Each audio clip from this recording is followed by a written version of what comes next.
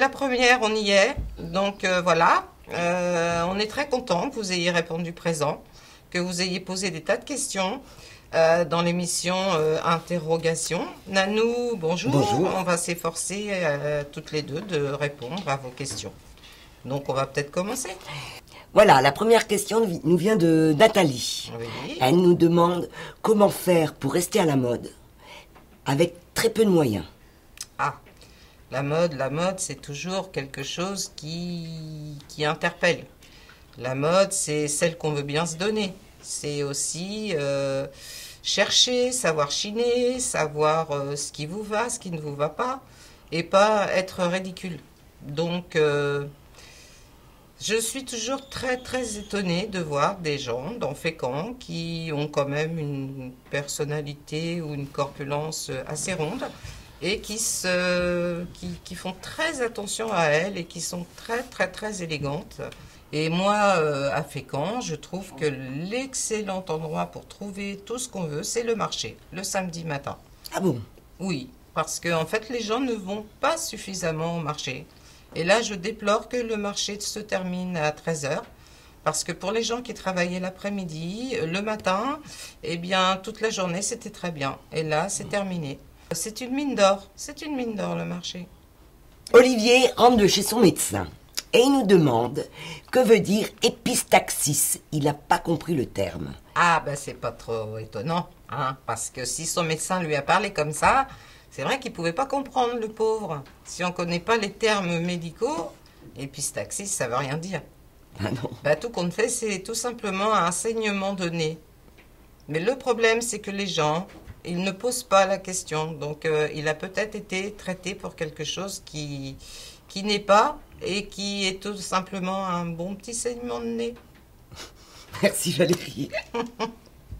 Océane a une amie qui habite au Ramponneau et sa maman lui défend d'y aller. Elle a peur. Ah, elle a peur. Elle a peur du Ramponneau. Elle a peur du Ramponneau. Ah, ça c'est toujours le problème. Les Fécampois sont restés sur le fait que le Ramponneau c'est une zone à risque, mais non, c'est un quartier. Et le Ramponneau c'est pas Chicago. Ça a toujours. Je suis arrivée à Fécamp, j'entendais parler du Ramponneau comme un lieu où il se passait des tas de choses. Bien sûr, il se passe des tas de choses. Il y a une concentration de personnes. Mais voilà, il faut pas. Enfin, moi, mes enfants ont eu des amis au Ramponneau. Jamais je ne les ai empêchés d'aller les voir car j'ai aucune crainte.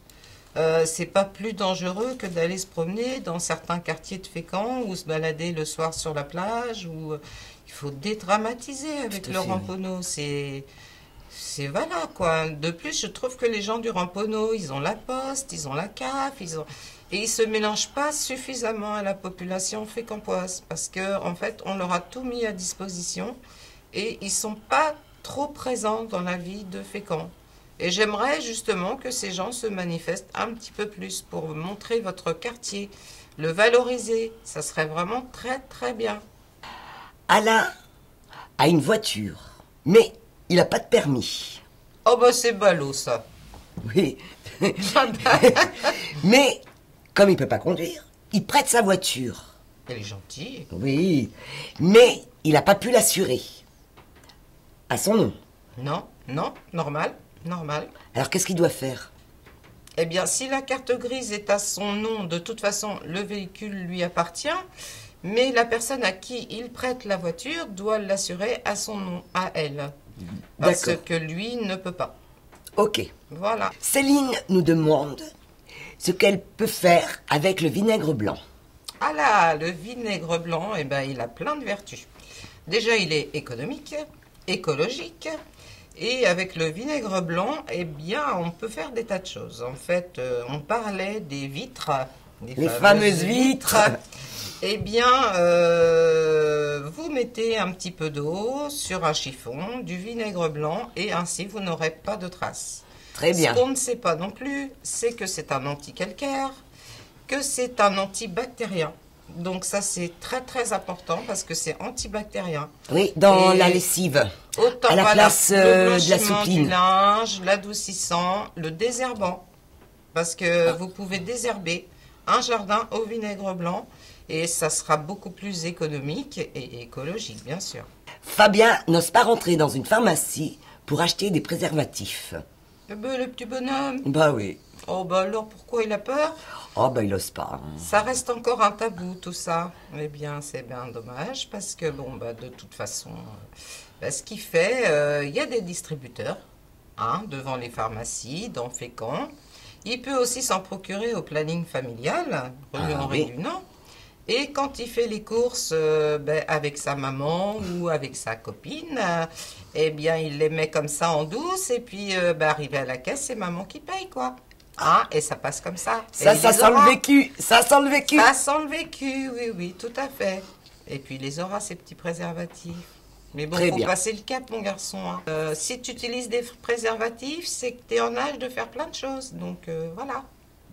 Petit conseil. Vincent a entendu dire qu'il fallait laver les moteurs des voitures. Oui, moi aussi j'ai entendu ça. C'est à travers les questions, j'apprends des choses aussi. Donc il semblerait que dans la région, vu que l'air est très salin, n'est-ce pas, avant l'hiver, il serait bien de passer la lavage haute pression. Et par contre, il y a une précaution à prendre, c'est de bien protéger l'alternateur. Bon ben voilà, c'est fini. Comme dirait Téléphone, un petit clin d'œil quand même. On vous remercie beaucoup d'avoir été présents par vos questions.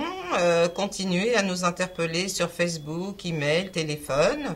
À ce moment où je vous parle, les coordonnées défilent sur votre écran. Nanou, merci beaucoup de ta collaboration. On s'est bien marré. Et bye bye tout le monde. À bientôt. Dans 15 jours.